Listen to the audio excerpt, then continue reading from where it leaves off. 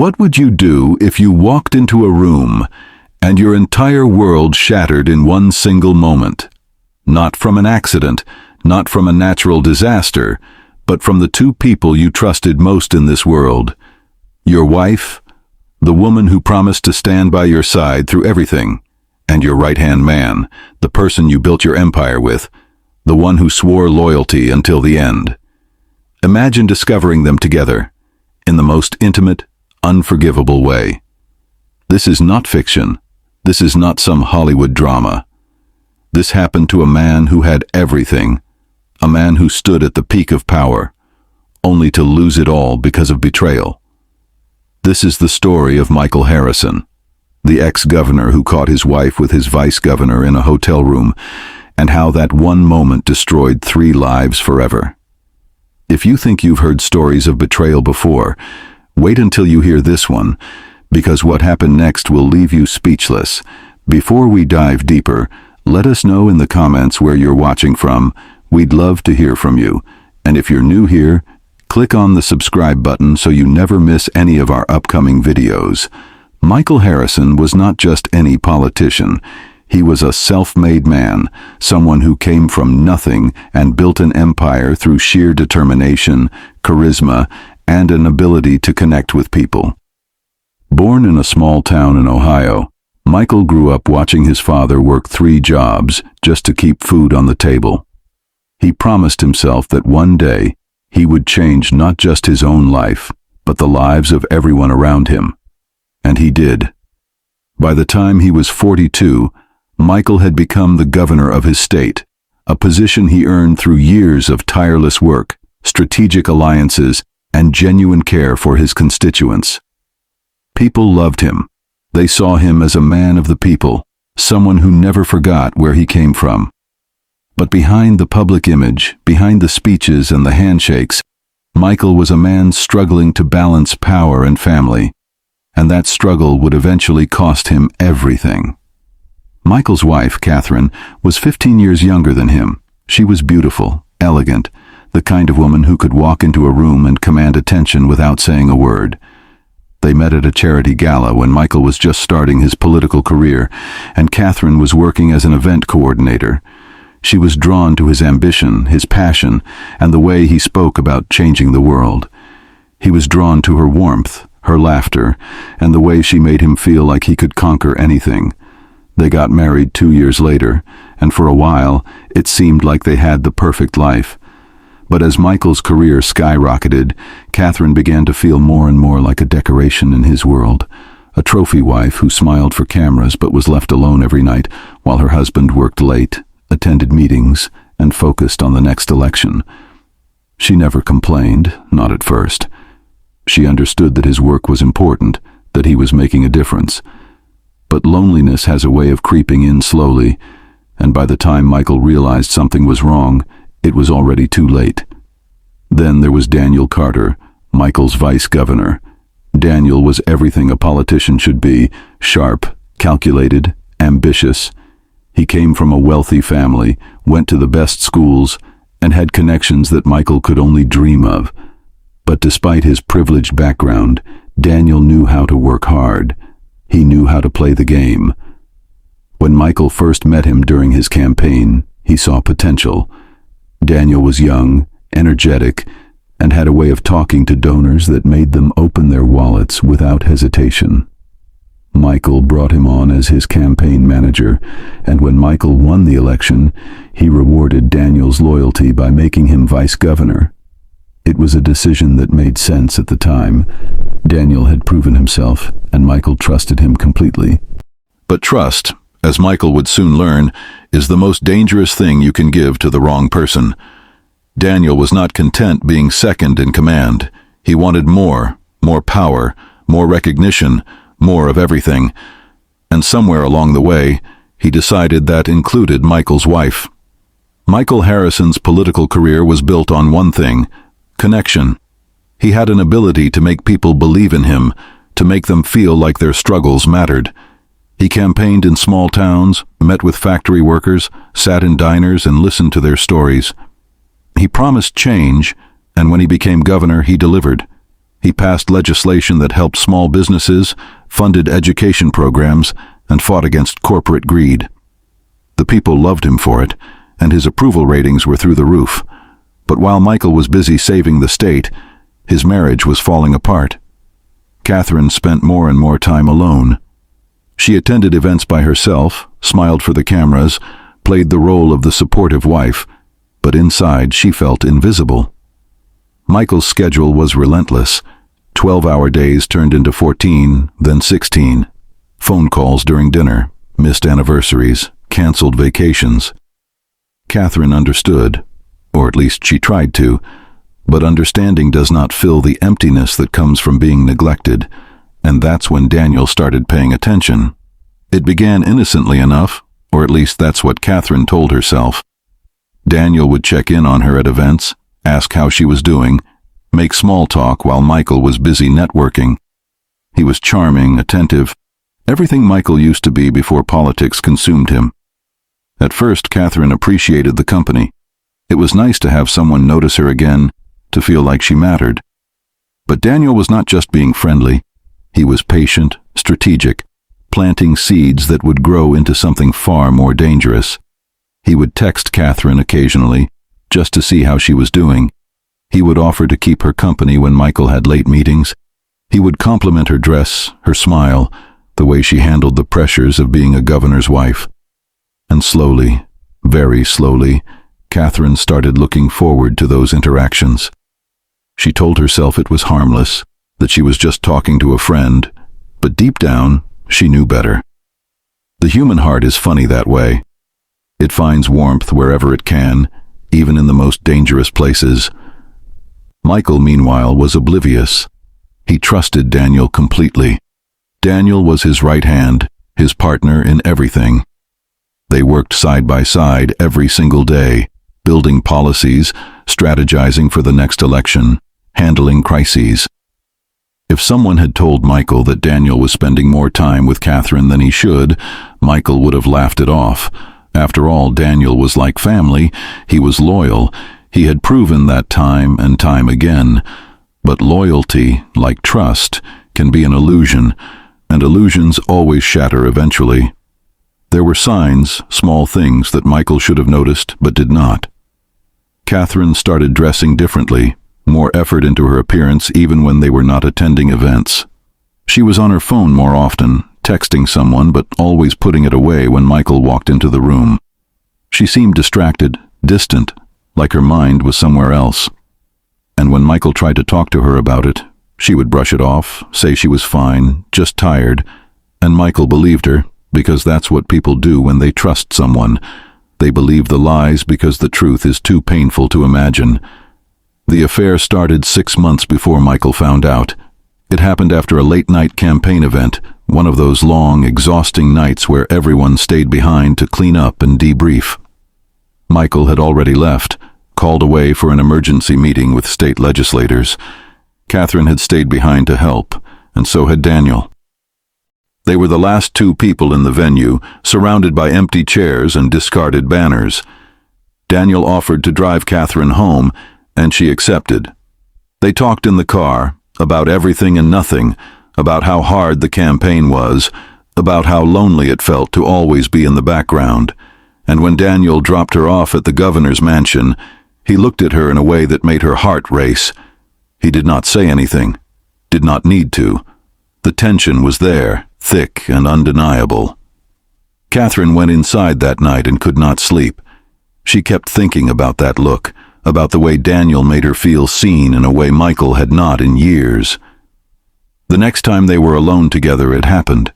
A fundraiser in the city. Michael was across the room shaking hands and giving speeches. Catherine slipped away to get some air, and Daniel followed her. They stood on the balcony, the city lights stretching out below them, and Daniel told her she looked beautiful. Catherine laughed it off, said he was just being nice, but Daniel stepped closer, close enough that she could feel the warmth of his body. He told her he was not just being nice, that he meant it, that he had been thinking about her constantly. And before Catherine could process what was happening, before she could stop herself, she kissed him. It was not supposed to happen. It was a mistake, a moment of weakness, but once it started, It did not stop. They began meeting in secret, late-night phone calls, stolen moments when Michael was busy. Daniel would book hotel rooms under fake names, and Catherine would slip away, telling Michael she was meeting friends or running errands. The guilt ate at her every single day, but the thrill, the attention, the feeling of being desired again, it was intoxicating. And Daniel, for his part, was careful. He knew how to keep secrets. He knew how to lie without flinching. After all, he was a politician. But secrets have a way of coming out, especially when people get careless. Catherine and Daniel started taking risks, meeting more frequently, staying out later. There were whispers, staff members who noticed things, the way Daniel looked at Catherine, the way Catherine's mood changed when Daniel was around. One of Michael's senior aides, a woman named Linda who had worked with Michael for years, started to suspect something. She did not have proof, just a gut feeling, but she kept her eyes open. She noticed how Daniel would leave events early, how Catherine would disappear around the same time. She noticed the glances, the subtle touches when they thought no one was looking. Linda did not want to believe it, but she also knew that if something was going on, Michael needed to know. So she started paying closer attention, documenting times and dates, trying to gather enough information to either confirm or dismiss her suspicions. And then one night, she saw them. Catherine and Daniel, getting into Daniel's car together outside a hotel. Linda's heart sank. She did not want to be right, but she was. Linda struggled with what to do next. She knew that telling Michael would destroy him, but not telling him felt like a betrayal in itself. She spent sleepless nights debating whether to say something, whether to confront Catherine or Daniel first, whether to just stay silent and hope it would end on its own. But eventually, she made the decision. She could not let this continue. Michael deserved to know. So she went to Michael's office one afternoon, closed the door, and told him everything. She told him about the whispers, the late-night meetings, the hotel. Michael's face went pale. He did not want to believe it, could not believe it. Catherine would never do that to him. Daniel would never betray him like that. But Linda was not the kind of person who lied, and the way she looked at him, the sadness in her eyes, told Michael that she was telling the truth. He felt like the floor had been ripped out from under him, like he was falling and could not stop. Michael did not confront them right away. He needed to be sure. He needed to see it with his own eyes. So he started watching, paying attention to Catherine's schedule, to Daniel's movements. And sure enough, a week later, Catherine told Michael she was going to a spa day with some friends. Michael said nothing, just nodded and kissed her goodbye. But the moment she left, he got in his car and followed her. His hands were shaking on the steering wheel, his heart pounding so hard he thought it might explode. Catherine did not go to a spa. She drove to a hotel on the outskirts of the city, a quiet place where no one would recognize her. Michael parked across the street and watched as she walked inside. 10 minutes later, Daniel pulled up. Michael's blood ran cold. He wanted to be wrong, wanted there to be some other explanation, but there was not. He sat in that car for 30 minutes, staring at the hotel entrance, his mind racing with 1,000 thoughts. Should he go in? Should he confront them? Should he just leave and pretend he did not know? But he could not do that. He had to see it. He had to know for sure. Michael got out of the car and walked into the hotel. His legs felt heavy, like he was moving through water. The lobby was quiet, just a bored desk clerk scrolling through his phone. Michael did not ask questions, did not need to. He had been a governor long enough to know how to find information when he needed it. He slipped the clerk a $100 bill and asked which room Daniel Carter had checked into.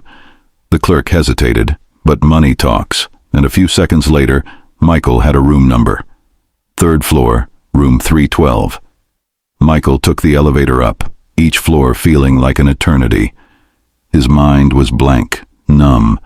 He did not know what he was going to say, did not know what he was going to do. All he knew was that he had to see it with his own eyes.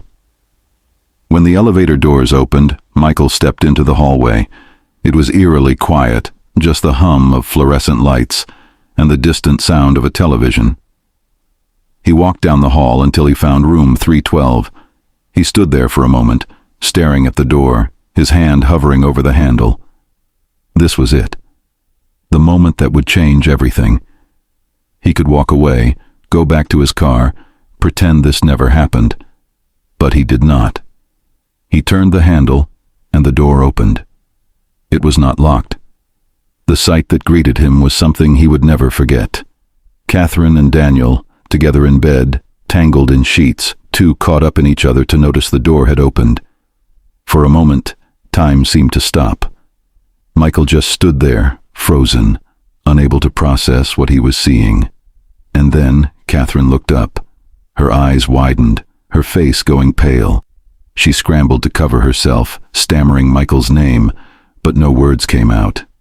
Daniel sat up, and for the first time since Michael had known him, Daniel looked genuinely afraid. The room was silent except for the sound of Michael's breathing, heavy and uneven. He felt like he was going to be sick. He felt like he was going to scream. But he did neither. He just stood there staring at them, his mind trying to catch up with what his eyes were seeing. Catherine started crying, saying Michael's name over and over, reaching for him, but Michael took a step back. He could not touch her. He could not even look at her. His gaze shifted to Daniel, and in that moment something inside Michael broke. All the years of friendship, of trust, of building something together, gone. Destroyed in a single moment. Daniel, ever the politician, tried to speak. He started to say something, some excuse, some explanation, but Michael held up a hand to stop him. His voice, when he finally spoke, was quiet, almost calm. "Get dressed," Michael said. "Both of you. Get dressed and get out." Michael said, "Both of you. Get dressed and get out." Catherine was sobbing now, begging Michael to let her explain, but Michael did not want to hear it. There was nothing she could say that would fix this, nothing that would make it okay. He turned and walked out of the room, leaving them there. He did not run, did not slam the door, just walked calmly back to the elevator, got in, and pressed the button for the lobby. And the moment those elevator doors closed, Michael collapsed against the wall, his chest heaving, tears streaming down his face. He had never felt pain like this, not when his father died, not when he lost his first election, never. This was different. This was betrayal in its purest, most agonizing form. The two people he loved most in the world had destroyed him, and there was no coming back from that. Michael drove home in a daze. He did not remember the drive, did not remember unlocking the door to the governor's mansion and walking inside. He poured himself a drink, sat down in his office, and stared at the wall. His mind was racing, but also completely blank. He kept replaying the image in his head, Catherine and Daniel together, and every time he did, it felt like a knife twisting in his chest. He thought about all the times he had trusted Daniel, all the times he had defended him when others questioned his motives. He thought about Catherine, about their wedding day, about the promises they had made to each other. And he realized that none of it had been real. Or maybe it had been real once, but it was not anymore. The life he thought he had, the marriage he thought he had, the friendship he thought he had, all of it was a lie. And now he had to figure out what to do next.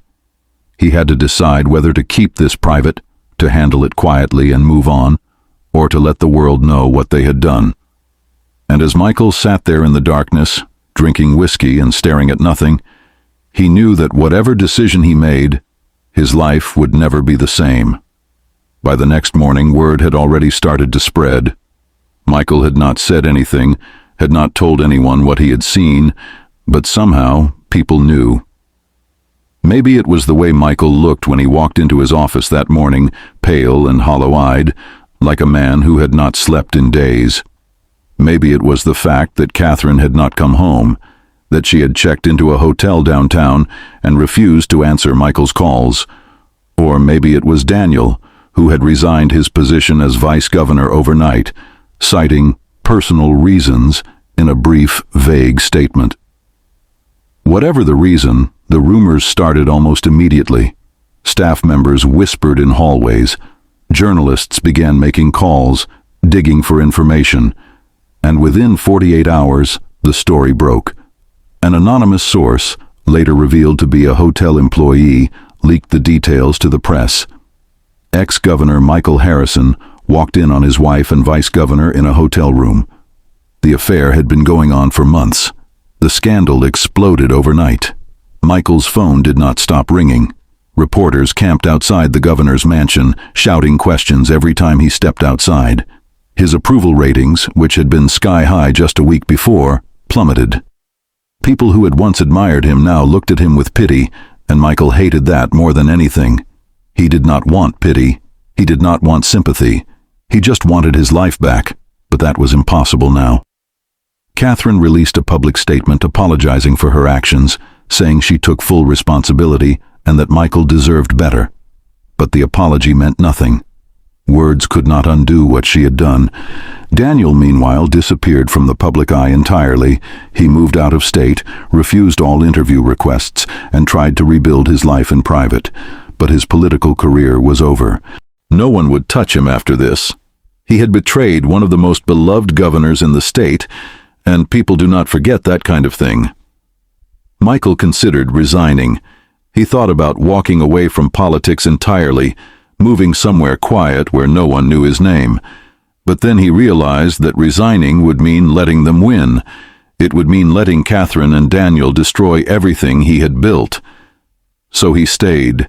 He finished out his term, threw himself into his work, and tried to move on. But it was not easy. Every time he walked into his office, he thought about Daniel. Every time he went home, he thought about Catherine. The governor's mansion, which had once been filled with laughter and warmth, now felt like a tomb. Michael hired a lawyer and filed for divorce. Catherine did not fight it. She signed the papers quietly, took her belongings, and left. They never spoke again. Michael changed the locks, redecorated the house, tried to erase every trace of her, but some scars run too deep to heal. The betrayal had changed him, hardened him. He became more guarded, more cynical. He stopped trusting people the way he used to, stopped believing in loyalty and friendship. And who could blame him? The two people he had trusted most had proven that trust was meaningless. The political fallout was brutal.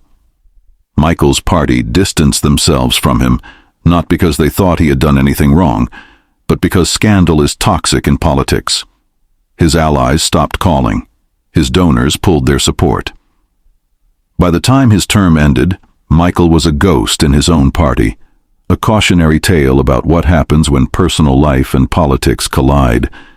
He did not run for re-election. He could not. The scandal had drained him, taken everything he had to give. So when his term ended, Michael quietly stepped down, gave a brief farewell speech, and disappeared from public life. He bought a small house in the mountains, far away from the cameras and the questions and the memories, and he tried to rebuild his life one day at a time. But some betrayals leave wounds that never fully heal, and Michael carried his with him every single day. Betrayal is a strange thing. It does not just hurt in the moment. It lingers, like a poison that spreads slowly through your entire life, infecting every memory, every relationship, every moment of trust you ever had. Michael Harrison learned that the hard way. He spent years replaying that moment in the hotel room, asking himself if there were signs he should have seen, if he could have prevented it somehow.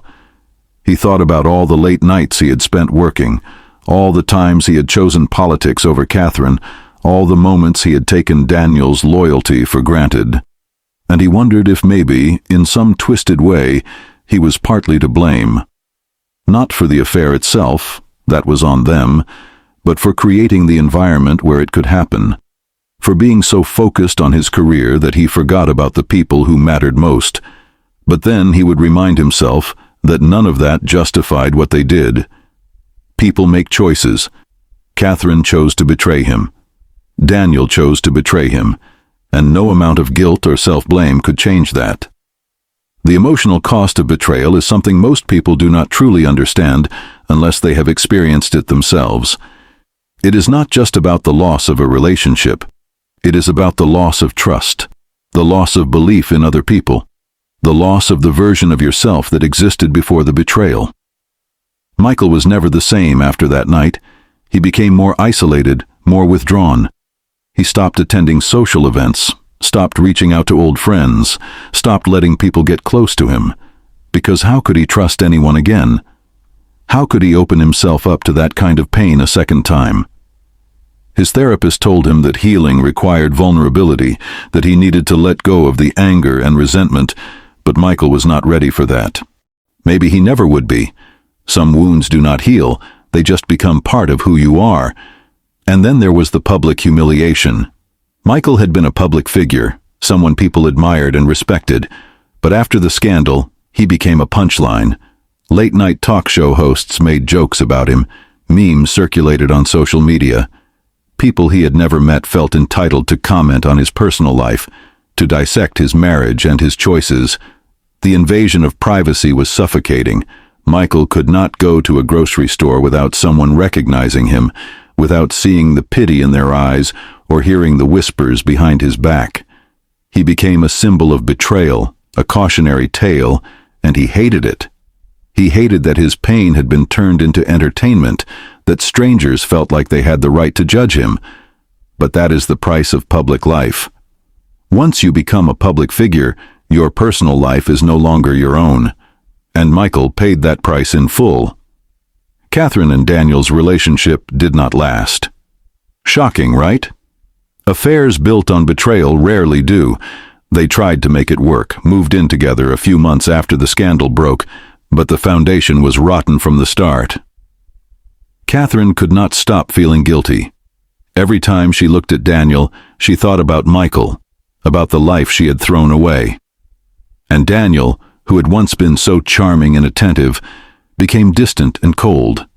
Turns out, he had not been in love with Catherine. He had been in love with the thrill, the danger, the power dynamic of having an affair with the governor's wife.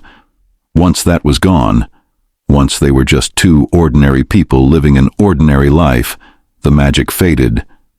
They broke up less than a year later, and Catherine moved to another state, trying to escape the shadow of what she had done. She changed her name, got a job in a bookstore, lived a quiet, anonymous life, but the guilt never left her. She wrote Michael letters, dozens of them, apologizing, begging for forgiveness, but she never sent them. What was the point? Some apologies come too late. Daniel, on the other hand, tried to rebuild his political career. He moved to a different state, started working as a consultant, tried to rebrand himself. But no one would hire him. His reputation preceded him. People remembered what he had done, and in politics, betrayal is the one sin that can never be forgiven. So Daniel eventually gave up on politics altogether. He took a corporate job, got married to someone new, had kids, tried to live a normal life. But he carried the weight of what he had done, just like Catherine did. He thought about Michael sometimes, about the friendship they had once had, and he wondered if Michael had ever forgiven him. Deep down, he knew the answer. Some betrayals are too deep to forgive, and Daniel would spend the rest of his life living with that knowledge. Think about it for a moment. If you were Michael Harrison, what would you have done? Would you have been able to forgive? Would you have walked away quietly, or would you have made them pay? Would you have stayed in politics, or would you have given up everything and started over? These are not easy questions, and there are no right answers, but they are worth asking. Because betrayal is not just something that happens to other people. It can happen to anyone, at any time, from the people you least expect. And when it does, the way you respond defines who you are.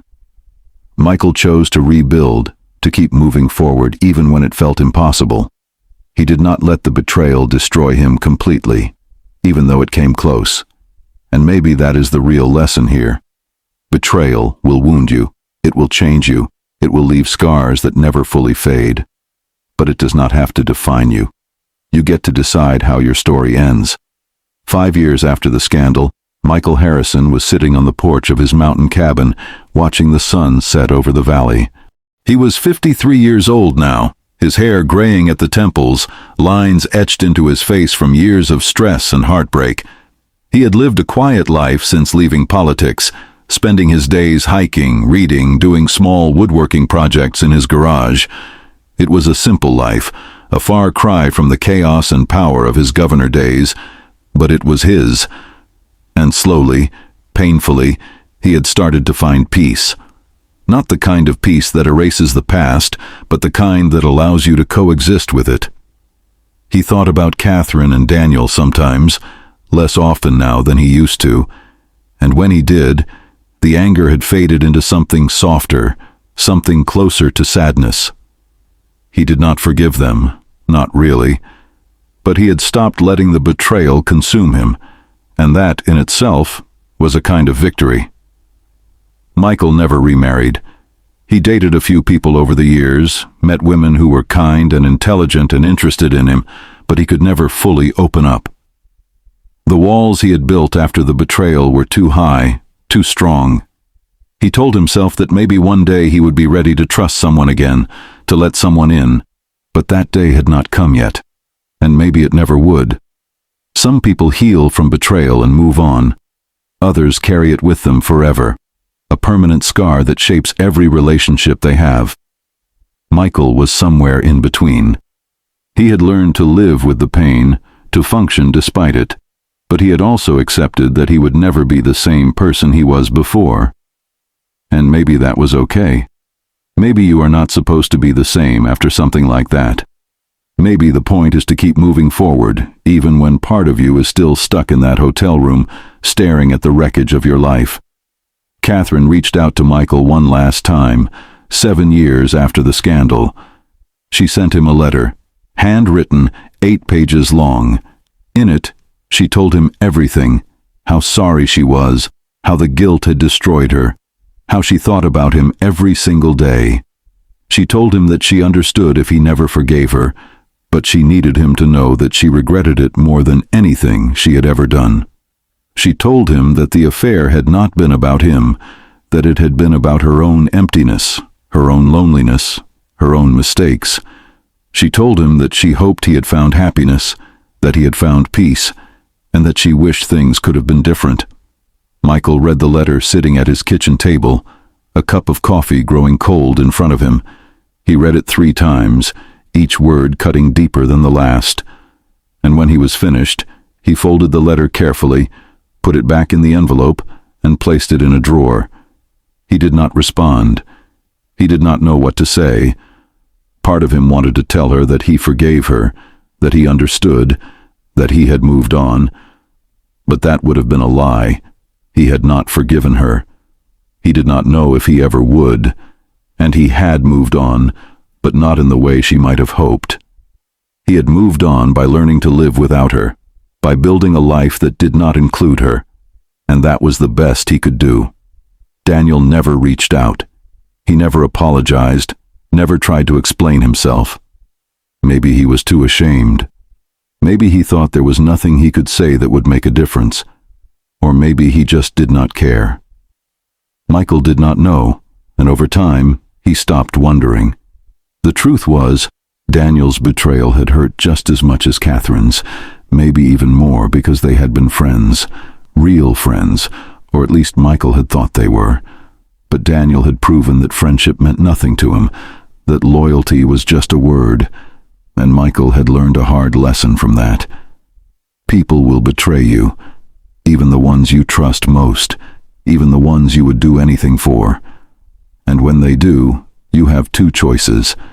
You can let it destroy you, or you can let it teach you. Michael chose the latter. He became more careful about who he let into his life, more selective about who he trusted. He stopped believing in blind loyalty and started believing in actions over words. And maybe that made him more cynical, more guarded, but it also made him stronger. The hardest part of betrayal is not the act itself. It is everything that comes after. The sleepless nights, the constant replaying of events in your mind, the questioning of every memory, every conversation. every moment you thought was real. It is the loss of innocence, the realization that the world is not as safe or as trustworthy as you thought. Michael had lost that innocence in a hotel room 5 years ago, and he had spent every day since trying to rebuild some version of himself that could exist in a world where betrayal was possible. And he had succeeded, more or less. He was not the same man he had been before. He was harder, more cautious, less willing to give people the benefit of the doubt. But he was also wiser, more resilient, more aware of his own strength. He had survived something that should have destroyed him, and that meant something. It meant he was stronger than he thought. It meant he could survive anything. As Michael sat on his porch that evening, watching the sun dip below the mountains, he thought about his life. He thought about the highs and the lows, the victories and the losses, the love and the betrayal. And he realized something important. His life had not ended in that hotel room. It had changed, yes. It had been broken and reshaped into something different. But it had not ended.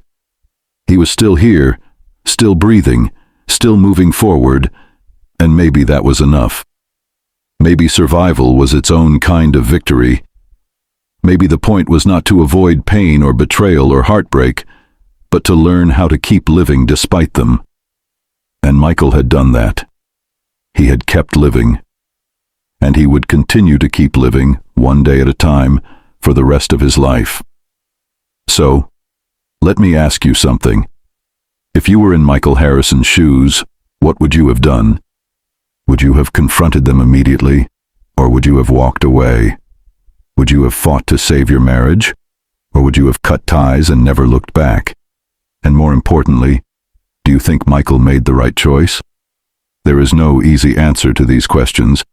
Betrayal is complicated, messy, personal. What works for one person might not work for another. But I want to hear your thoughts. Drop a comment below and tell me how you would have handled this situation. Would you have been able to forgive? Would you have sought revenge? Would you have stayed in the public eye? Or would you have disappeared like Michael did? Let me know, because your perspective matters. Your story matters. And if you made it this far, type, "I'm still here" in the comments. I want to see how many of you stuck with me through this entire journey, because this was not an easy story to tell. It was raw, painful, and real. But those are the kinds of stories that need to be told, because they remind us that we are all human, that we all make mistakes, and that we all have the capacity to hurt and be hurt. Michael Harrison's story is not just about betrayal. It is about resilience, about survival, about learning how to keep going even when everything falls apart. And that is a lesson we can all learn from. This story is proof that betrayal does not just destroy marriages. It destroys empires, careers, friendships, and entire lives. But here is what I want you to take away from this. Michael Harrison survived. He did not let the betrayal define him completely. He rebuilt slowly and painfully, but he rebuilt. And if you are watching this right now and you have experienced betrayal in your own life, whether it was from a partner, a friend, a family member, or a colleague, I want you to know that you can survive too. It will not be easy. It will hurt more than you think is possible.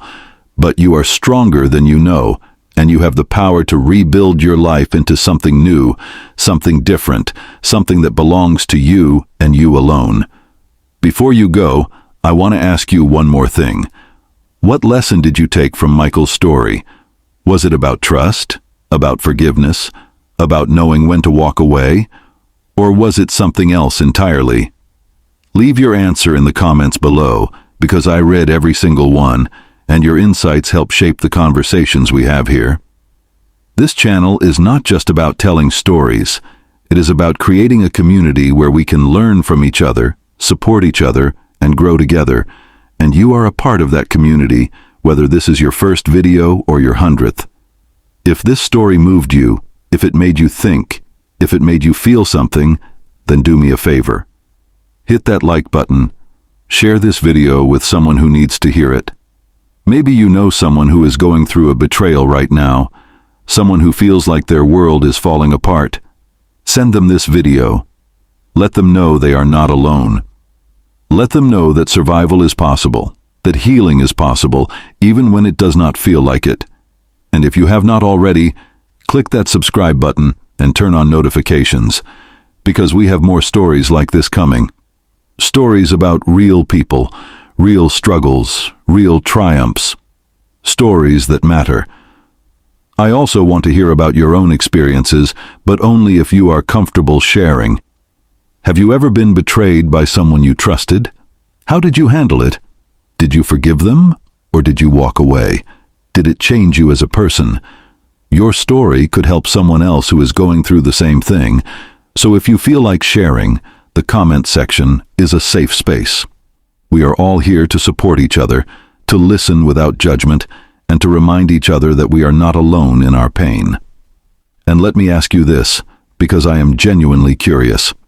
Do you think Michael should have tried to forgive Catherine? Do you think there is ever a situation where infidelity can be forgiven? Or do you believe that some betrayals are simply too deep to come back from? This is not a question with a right or wrong answer. It is personal, and it depends on your values, your experiences, and your capacity for forgiveness. But I want to know what you think.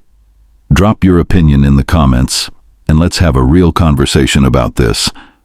Let's talk about trust, loyalty, forgiveness, and what happens when those things are broken. Now, I know some of you might be wondering what happened to Catherine and Daniel after everything fell apart. Did they ever find happiness? Did they ever truly face the consequences of their actions?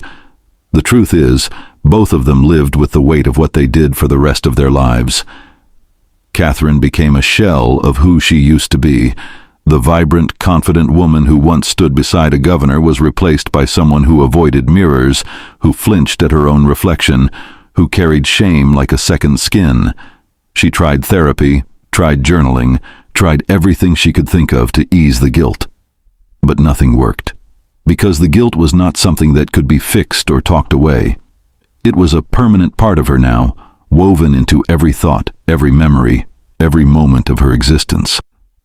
She would wake up in the middle of the night, drenched in sweat, haunted by the image of Michael's face in that hotel room. She would go days without speaking to anyone, isolating herself because she felt like she did not deserve connection, did not deserve happiness, did not deserve anything good.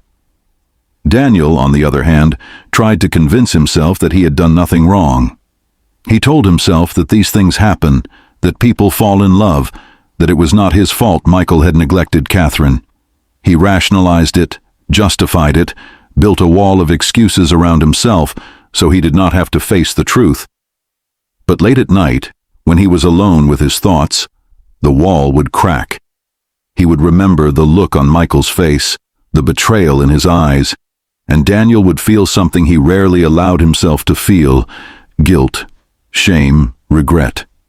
He pushed those feelings down, buried them deep, but they never really went away. They just festered, growing stronger over time, until Daniel became someone even he did not recognize. His new wife noticed it, the way he would stare off into space, the way he would flinch when someone mentioned politics or loyalty. She asked him about it once, and Daniel brushed it off, said it was nothing. But it was not nothing. It was everything, and it followed him everywhere he went. The thing about betrayal is that it does not just affect the person who was betrayed. It affects everyone involved. Catherine and Daniel both thought they were choosing happiness, choosing passion, choosing something real. But what they actually chose was destruction. They destroyed Michael, yes, but they also destroyed themselves, because when you betray someone, when you break trust in such a fundamental way, you lose a part of yourself that you can never get back. You lose your integrity, your sense of self-worth, your ability to look at yourself in the mirror and feel proud of who you are. Catherine and Daniel learned that lesson the hard way, and they spent the rest of their lives paying for it. But here is the thing that no one talks about when it comes to betrayal. The person who was betrayed often comes out stronger. Not immediately, not without pain, but eventually. Michael Harrison lost everything in that hotel room. his marriage, his trust, his belief in people. But he also gained something. He gained clarity. He gained strength. He gained an understanding of who he really was, stripped of all the titles and the power and the public persona. And in that understanding, he found a kind of freedom. He no longer had to perform, no longer had to be the governor, the husband, the leader. He could just be Michael, flawed, broken, but still standing. And that was more powerful than any political position he had ever held. So, as we wrap up this story, I want you to think about resilience. I want you to think about what it means to survive something that should have destroyed you. Michael Harrison's story is not a fairy tale. There is no happy ending where he rides off into the sunset with a new love, where everything is fixed and perfect. But there is something better than a happy ending. There is a real ending, an honest ending. Michael survived, and he built a life that was his own. He learned to live with the scars, to carry the pain without letting it consume him. And that, more than anything else, is what true strength looks like. If you have watched this entire video, if you have stayed with me through this long, emotional journey, then thank you. Thank you for caring enough to hear Michael's story, to understand his pain, to reflect on what betrayal really means. This is not just entertainment. This is real life. These are real emotions, real consequences, real people trying to navigate impossible situations. And by watching, by engaging, by commenting and sharing, you are helping to create a space where these stories can be told, where people can feel less alone in their struggles. So here is my final question for you. What will you do differently after hearing this story? Will you hold your loved ones a little closer? Will you be more careful about who you trust? Will you have that difficult conversation you have been avoiding? Or will you forgive someone you have been holding a grudge against? Whatever it is, I hope this story has made you think. I hope it has made you feel. And I hope it has reminded you that life is fragile, that trust is precious, and that the choices we make have consequences that ripple out far beyond what we can imagine. Do not forget to like this video if it resonated with you. Share it with someone who needs to hear it. Subscribe to the channel so you never miss another story like this. And most importantly, take care of yourself. Protect your heart, but do not close it off completely. Trust carefully, but do not stop trusting altogether. Love deeply, but do not lose yourself in the process. And remember, no matter what betrayals you have faced, no matter how broken you feel, you have the strength to rebuild. You have the power to survive. And you have a community here that believes in you. Until next time, stay safe, stay strong, and trust carefully. This is not just the end of Michael Harrison's story, it is the beginning of yours. What will you do with it?